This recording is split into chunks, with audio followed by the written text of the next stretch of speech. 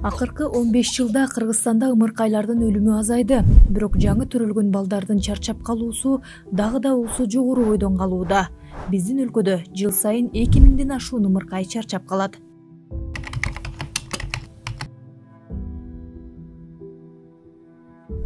Ымыркайлардын чарчап калуусунун негизги себеби кош бойлуулук кезиндеги төрөт учурундагы жана төрөттөн кийинки айрым бир абалдар. Айрым учурда наристенин көз жумушуна дем алуу органдарынын оорулары, сепсис же ара төрөлүү себеп болот.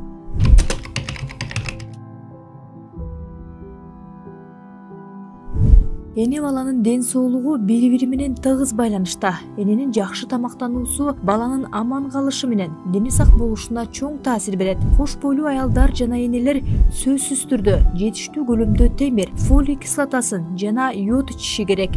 Төрөттү жогорку квалификациядагы адис кабыл алса, төрөт учурунда энелердин жана ымыркайлардын көз жумушун алдын алса болот. Алар төрөттөн кийин кан кеткен учурда токтотуп, инфекциялык оорунун биринчи белгилерин аныктай алышат жана кан басымы бийик болгон кезде алгачкы жардамды көрсөтө алышат. Кош бойлуу аялдын жана төрөлө элек ымыркайдын өлүмүнө коркунуч жаралган учурда облустук жана улуттук деңгээлдеги ооруканаларга тез арада жеткирүү дагы зор мааниге ээ.